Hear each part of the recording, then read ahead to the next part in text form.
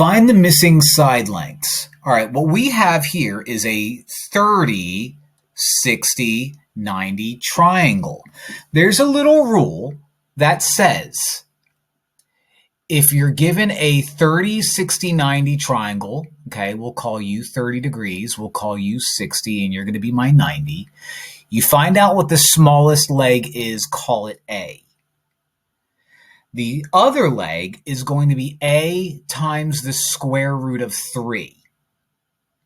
The hypotenuse is going to be 2 times A.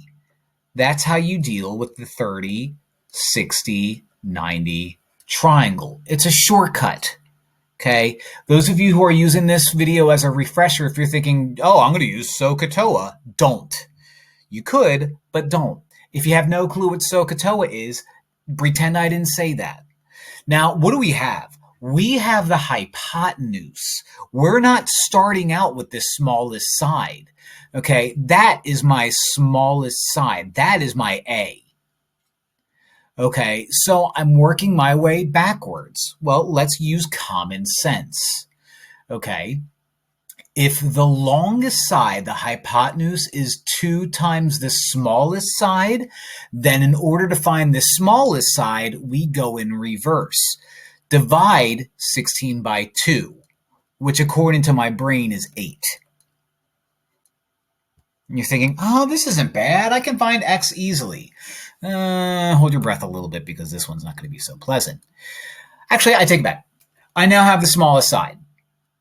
I have the smallest side. The smallest side is 8, which means to find the other leg, all I have to do is multiply the smallest side by root 3. So I'm done. What I was initially thinking is I was going to take that 16 divided by root 3. And you might be thinking, isn't it bad to divide by a square root? It is. Because you have to do all these little extra rules called rationalizing the fraction, but we didn't have to do that here because I was a little more clever. Again, what I did is I was given the hypotenuse. I know the hypotenuse is 2 times the smallest leg, so the smallest leg is half the hypotenuse. Dunzo. Y is 8. Once I have the smallest leg, I know that the other leg is just root 3 times the smallest leg, so root 3 times 8 is 8 times root 3. And if I wanted to, I could have found x by dividing by root 3, which would require me to do a little bit of extra work, but didn't.